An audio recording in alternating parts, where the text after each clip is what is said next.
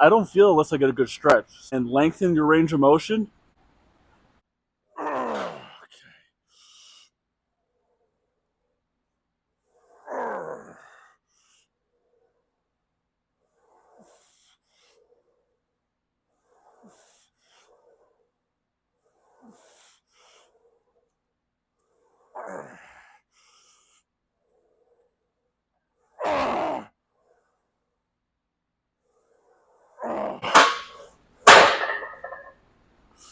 Yeah, this leg press, it just hits different, man. So, I mean, if you don't know about iCarrion, do a quick Google search on them. They're one of the best equipment brands ever. A dumbbell stiff leg deadlift. The key on this one is about the stretch.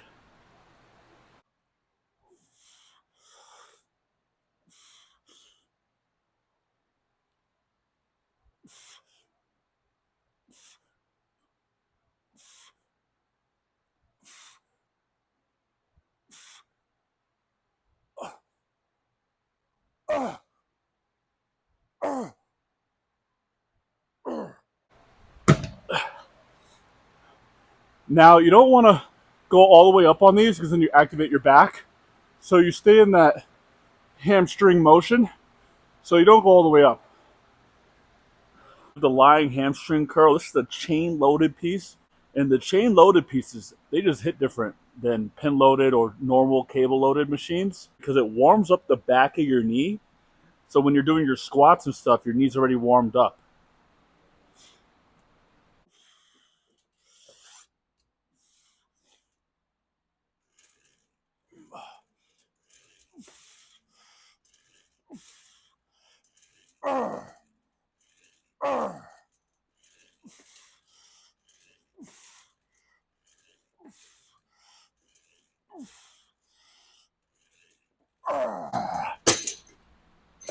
Okay. Yeah, man, these chains, it just hits different. It's a different contraction. Like I said before in other videos, old school is gold, man. Those original basic ways of putting machines together, sometimes those are the best ways. And no matter how much your technology progresses, the basic first way is always going to hit the best. Here's one of the ways I like to hit my hamstrings unilateral. So you put your knee up on here, and you use this hand as a little support to guide you. Get a good stretch, come up, contract.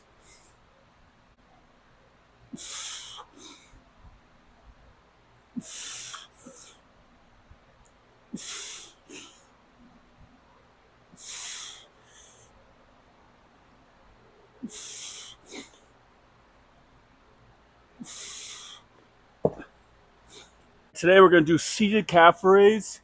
Now I've gone on record and said I like standing more, but sometimes I'll throw seated in there. When it comes to calf training, it's all about the squeeze and then the stretch. So when you stretch your calf, and then you come up and squeeze it. I like the pause in both the squeeze and the stretch.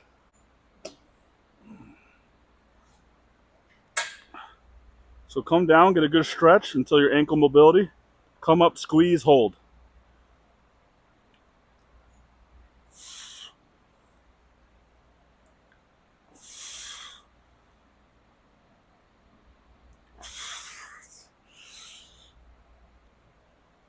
It's not about the weight when it comes to calves, guys.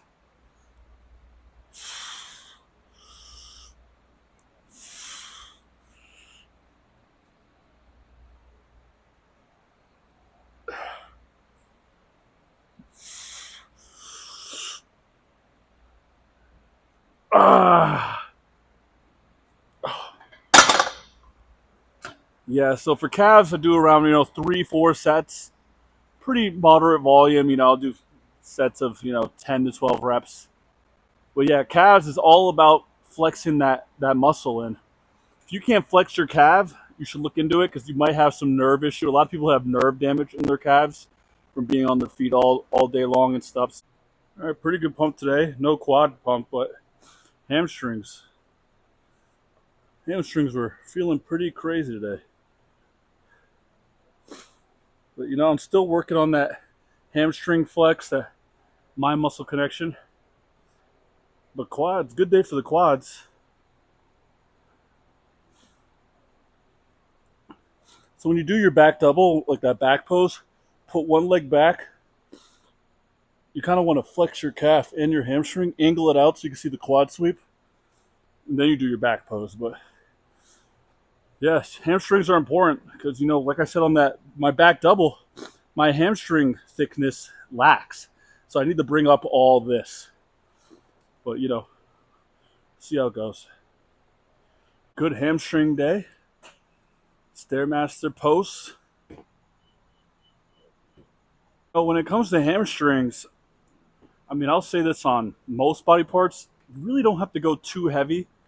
If you're doing some bent over hamstring stiff leg deadlifts, then you could, but it's more of a muscle that, it's just like your back where you can't really see it. So you really have to go all off feel. When it comes to back and hamstring training, I'm always going to say go off feel. It's easy to lose that connection with the muscle and get other groups involved. Especially, when you're doing hamstrings, if you could activate your lower back very easily. So you have to walk a fine line of activation and weight and mind muscle connection. Yeah, that eye carrying leg press, man. Whew, the angle on it just hits different. They have 3 banger leg presses here. Eye carrying, old school Cybex, old school Body Masters. It's one of the reasons I like training here. Just did back yesterday, hamstrings today. I'm kind of liking the split of upper, lower, then rest. So you train your upper body, then you train your lower body, you take off. So 2 days off, 2 days on, 1 day off. That's kind of what I've been doing lately. And, I actually like it, man. It gives your body enough time to recover. Like I was saying about calf training, not about the weight, more about the squeeze, stretch, contraction, time under tension. And I always do calves on hamstring day. My bro science theory is, all the blood's in my hamstring anyway. It could just flow down to my calf real easy and help me get pumped up more. If there's someone lagging in the calf department, I would start with calves and not end with them like how I just did. And you don't always have to do them on a leg day. You can do them on an upper body day, like calves before chest. That's if they're lagging. And next day in the gym is going to be shoulders or arms, most likely shoulders. So my chest is kind of pretty recovered. We'll see how I'm feeling tomorrow. I might, just do shoulders, full send it. I am going to train shoulders tomorrow because I did back yesterday, hamstrings today. I think I could do a push, like a shoulder press or a lateral raise, because my chest isn't smoked. I hate training shoulders when my chest is sore. So that's another thing. Don't train a muscle if it's sore. There's just no benefit. You have to let it heal, and then you need to train it again. So if your chest day comes around and your chest is sore still, don't train chest. Train something else or take the day off. And remember, if you're doing Stairmaster post leg day, squeeze the muscle you're trying to target. So today for me it's glutes. I'm squeezing my glute. On quad day, I'm squeezing my quads. So each step, squeeze your glute and make each step count.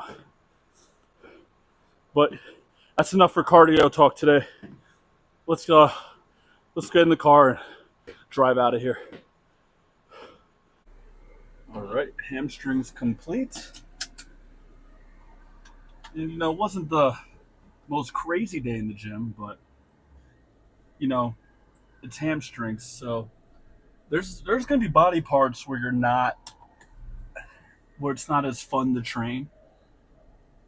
I personally, I had fun today. I like training hamstrings, but out of all the days, if I had to pick my least favorite one, even though I do like it, it would be hamstrings.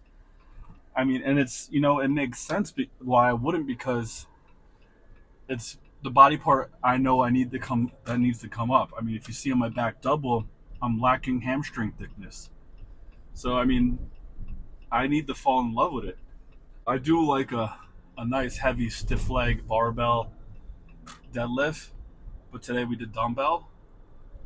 But I will, I'm gonna keep hamstring day in my split. I know last video I was talking about taking it out, but I'm gonna keep it in there because like I said, the things that you don't want to do, the hard things or the things that don't seem as fun, those are the things you're gonna have to do in order to become better. And that's not just fitness, that's everything in life. You don't feel like going to work today? Well, you need to change your whole mood and just make it happen. I mean, nothing's going to change unless you do. So more hamstring videos to come. I did back then hamstrings, so yeah, the back side of my body is pretty sore, but I'm on schedule for shoulders tomorrow. I think I will go ahead and do it and do 3 days on in a row and then take off. But yeah, when it comes to hamstrings, I do recommend mastering your connection and your squeeze and contraction before going heavy on it, because like your back, it's going to be harder to connect with your hamstrings. Quads and chest are easy because it's on the front side of your body, but back and hamstrings are going to be a lot harder. So for back and hamstring training, I do recommend lightening it up and exaggerating the squeeze and stretch and your mind muscle connection. And then once you have a good connection over the years, then you can start to really go heavy, up the weight, and have it be effective. Because if you go heavy on back and hamstrings and you don't have your connection down, you are just going to be using a lot of other muscles, because number one, you can't see it, and there's a lot of connecting muscles that go along with it. Back and hamstrings are pretty connected. I used to train back and hamstrings on one day together, but then I realized it was too hectic. But you could do that, see what's best for you. I like to have a back day, a hamstring day, a quad day, a chest day, a shoulder day, and an arm day. So I'm pretty bro split.